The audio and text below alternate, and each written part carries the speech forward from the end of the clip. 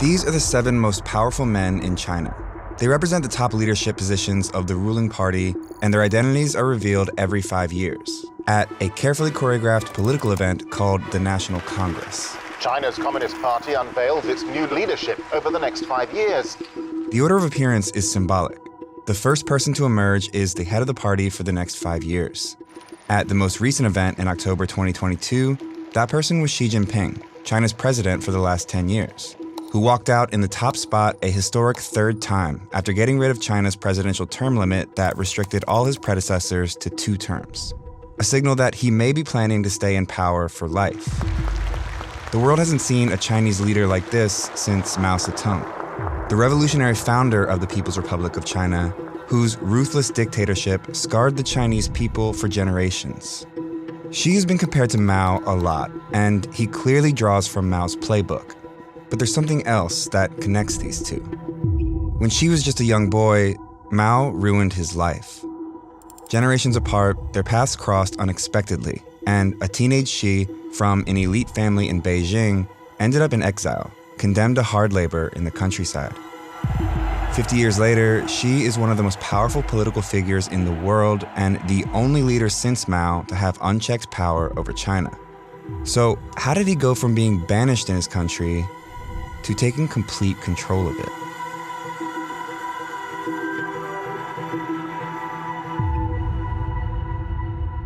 Xi Jinping's connection to Mao formed long before Xi was even born. It goes back to when a bloody civil war was raging in China.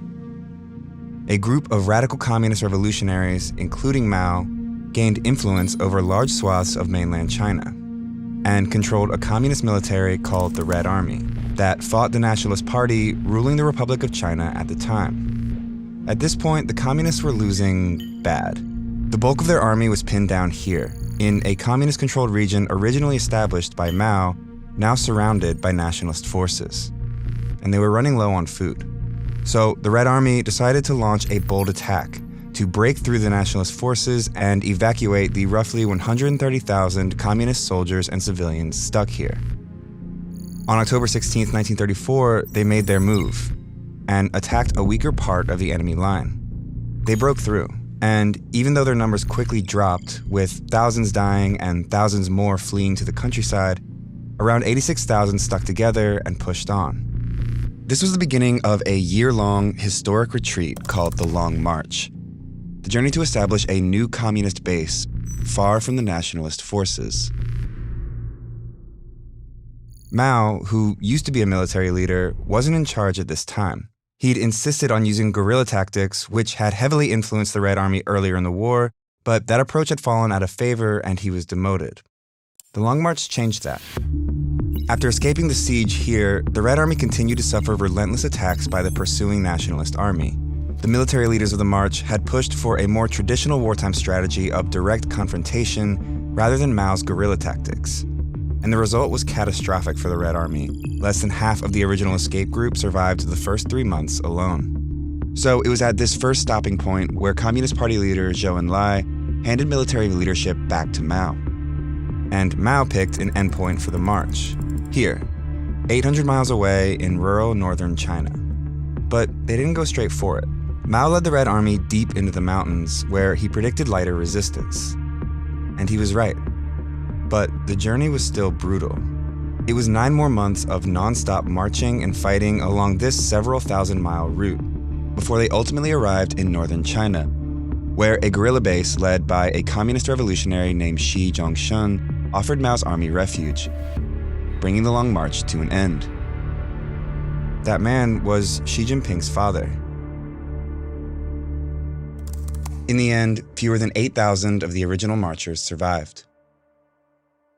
Even though thousands died on the Long March from starvation, fighting, and disease, Mao's leadership was credited with saving the Red Army from total annihilation, and he became the de facto head of the party as well as the military, entrusted with rebuilding the army to take on the nationalist forces for total control of China. Wherever and however the Red troops move into battle, they spread the glory of Mao Zedong. This is a good stopping point in the story to talk about how power in the Chinese Communist Party, or CCP, works. Officially, the highest level of authority is a group called the Central Committee and is responsible for all of the party's major policy decisions. Within the Central Committee is a select group of officials called the Political Bureau or Politburo. In most communist parties, like that of the former Soviet Union, the Politburo represents the most powerful members of the party besides the General Secretary. But the Chinese Communist Party has a key distinction that makes it unique. It has one more, even smaller selection of top officials who ultimately have the final say, an elite class of Politburo members called the Politburo Standing Committee. This group, which includes the General Secretary, holds supreme control over the Central Committee, dictates the will of the party, and is in full control of the Central Military Commission, which oversees China's defense. Mao's promotion during the Long March landed him here, in the highest position of the military and the Politburo Standing Committee. Even though he was considered the de facto head of the party when the Long March ended in 1935, he officially became head of the party in 1943. With both the party and the military under his control, Mao began to exploit the system to ensure he remained at the top for the rest of his life. At Mao's first National Congress as the official party leader in 1945, the party introduced a resolution that brought his influence to a whole new level.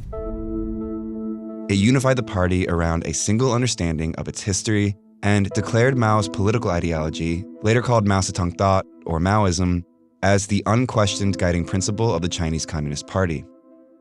Basically, Mao's ideas or policy decisions could no longer be challenged by anyone. It was here he unveiled his equivalent at the time of the Politburo Standing Committee, the four other top party leaders, all long marchers deeply loyal to Mao, like Liu Shaoqi and Zhou Enlai, who would go on to hold some of the most powerful positions in the future government. 4 years later, Mao declared final victory for the communists in the decades-long Chinese Civil War and established a new country, the People's Republic of China, or PRC. Mao Zedong, once a lowly party worker, now assumed the stature of the dominant figure in all of Eastern Asia. But winning a revolution isn't the same as running a country. Because now that you're running a country, there's all these other things you have to do, like deliver the mail and like build a dam and stuff like that. You can't possibly have the party do all these things.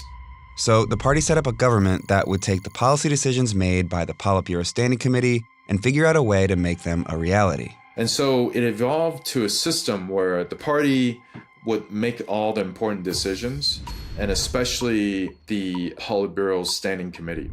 Then, as it is today, many of these decisions would go to the State Council. So the State Council is the highest decision-making body on the state side, led by the Premier of China. The Premier of China, by the way, is almost always a member of the Politburo Standing Committee. One way Mao kept a tight grip on power over the years was by promoting those loyal to him to top positions in the party and government, whether they had government experience or not. For example, Zhou Enlai, the former party leader who helped Mao rise to power during the Long March, became China's first premier. The advantage of that is that they could never challenge him. The disadvantage of that is they didn't know what they were doing, and so administration suffered, policy outcomes suffered. Long March survivors often became party elites under Mao. Xi Jinping's father, for example, was appointed Secretary General of the State Council. And as the son of a Long Marcher, young Xi was given the informal title of princeling. Mao succeeded in never giving up his power during his lifetime. His unchecked policies resulted in massive famines and widespread persecution that cost between 40 and 80 million lives over a span of decades, and culminated in the disastrous Cultural Revolution, a violent final attempt from Mao to consolidate his power and force loyalty to the practice of Maoism. The idea was to make himself and his ideas eternal, the way he viewed communist figureheads like Lenin and Marx before him. Anyone that didn't fall in line with Mao's ideology was publicly humiliated, impoverished, excluded from society, and in many cases, executed, either at the hands of the army or by a militant youth group obsessed with enforcing Maoism, the Red Guards.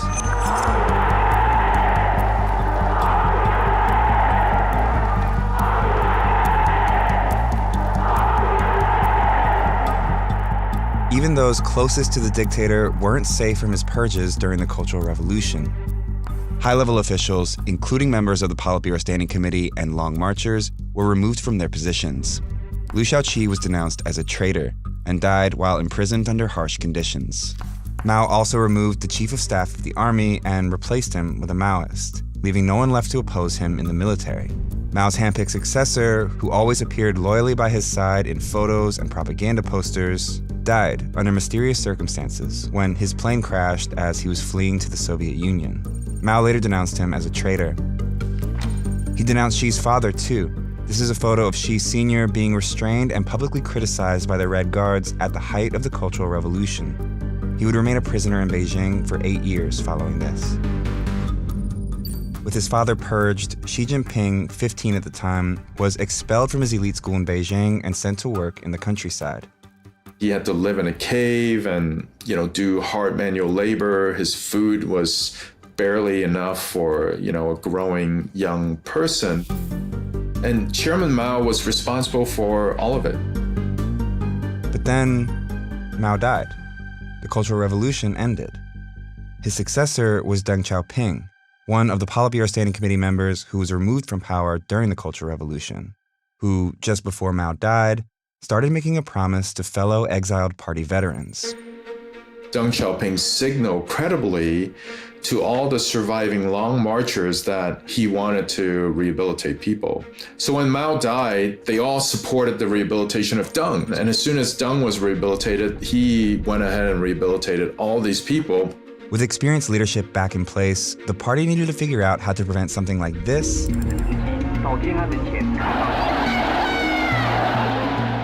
from ever happening again. In order to undo Mao's cult of personality, the party introduced a second historical resolution in 1981. It condemned periods of Mao's rule and emphasized a renewed commitment to collective leadership, vowing to oppose the consolidation of power around one person moving forward.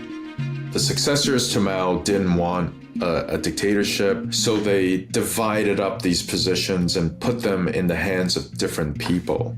Like Mao, Deng kept tight control over the Central Military Commission as its chairman, and held a leadership position in the government, but was never head of state. He never held the highest position in the party either. Instead, he set up a new advisory commission and served as its chairman, which allowed him to influence the party's direction without positioning himself directly on top of it. This allowed a power-sharing structure while still making Deng the de facto leader of China until he stepped down in 1989. Following the army's massacre of students protesting in Tiananmen Square. A protester suddenly ran into the middle of the street and in front of the oncoming tanks. Anger at Deng Xiaoping, the entire Chinese government, it had the real feeling of rebellion in the streets of Beijing. People want to fight the military out of their city. Deng and his ideology, which moved away from Maoism, set a precedent of sharing power. He opened up China and established economic ties with these countries, and was the first PRC leader to visit the U.S. in 1979. Today we take another step in the historic normalization of relations which we have begun this year. Deng's reforms became the foundation for decades of economic prosperity that led China to having the world's second largest economy over time and being on the verge of becoming the world's next superpower. Communism is creating a consumer society. It also reminds you that the standard of living in China is going up. Here, capitalism rules. One thing power sharing did lead to was a lot of policy innovation and then some degree of decentralization. And both of these things helped China's economy enormously. Which is why this period of economic growth and reform, stretching over roughly 30 years, is known as the Deng era. And whether he wanted to or not, Deng kept his word and never tried to consolidate absolute power around himself. He did end up sharing power, and that set the stage for power sharing in the party until the rise of Xi Jinping. So what was Xi doing all this time? When Mao died in 1976, Xi was back in Beijing studying communist philosophy. Even though the Chinese Communist Party had ruined Xi's family, he had joined it, just as the Cultural Revolution was winding down. But why? Personally, he might begrudge Chairman Mao for doing all these terrible things to his family, but I think at this time he also recognized that in the system of the Chinese Communist Party, power is everything. Without power, you're nothing. But in order to get that power, Xi did something unexpected. He left Beijing.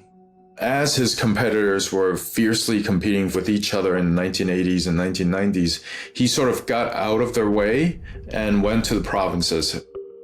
He took positions in party leadership in rural, poor provinces all around China, where there were no other princelings to compete with. First in Hebei, a poor rural province outside of Beijing, where he easily reached the top spot as party secretary. Then in Fujian, a heavily militarized region where top members of the army were stationed. He moved up the ranks to party secretary here too, before becoming the governor of the province a few years later. After making powerful friends in the military, Xi went here, where he once again assumed the office of party secretary and grew his support on the civilian side. This strategy of moving around didn't just give Xi a leg up in areas where competition was slim, it also gave him credibility as a humble, hardworking party leader. And he cultivated a growing group of supporters who would come back into play years down the line. It was his last stop, and his shortest one, that ultimately got him back to Beijing. A brief stint in the top party spot in Shanghai in 2007, where he rehabilitated the city's image following a high-level corruption scandal. Xi developed a reputation here as a prudent leader who towed the party line. Just 7 months later, he finally returned to Beijing, having been promoted to the all-powerful Politburo Standing Committee. Basically, the people who were deciding on top leadership at the time, they wanted a princeling, but they didn't want a princeling who was too ambitious or too strong. So Xi Jinping, he was seen as less ambitious because he was willing to go to the countryside and work in lower-level positions.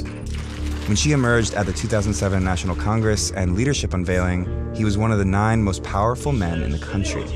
It was at this moment that his strategic climb, over 17 long years in the countryside, paid off, big time.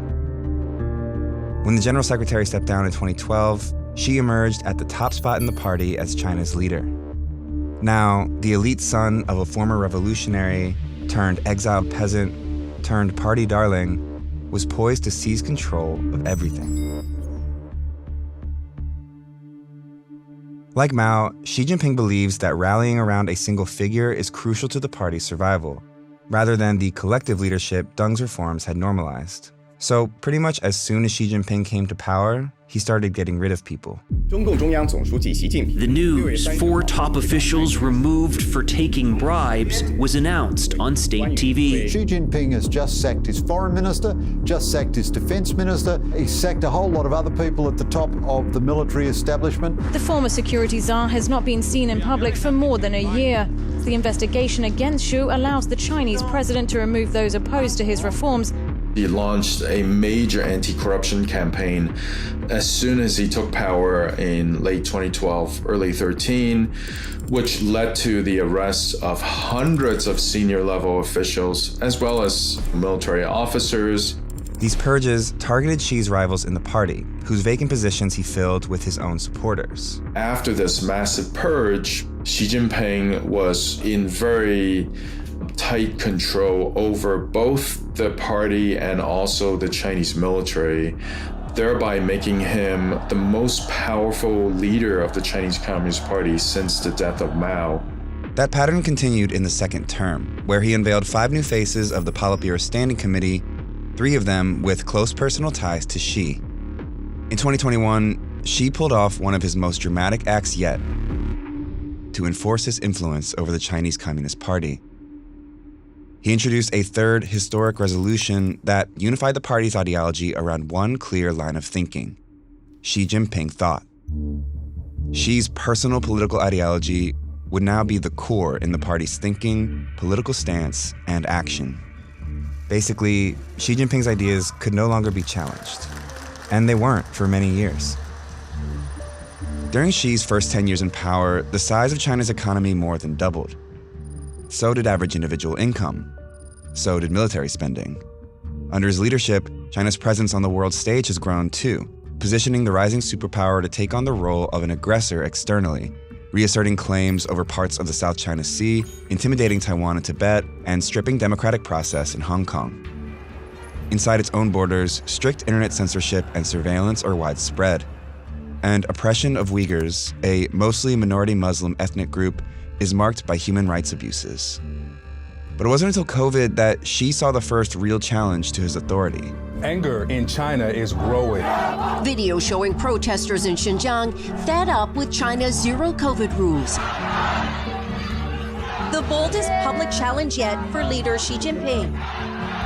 With these protests all around the country and the party's reputation in peril, Xi reversed the failed policy, but is now faced with a shaky economy and cracks in his unchecked authority.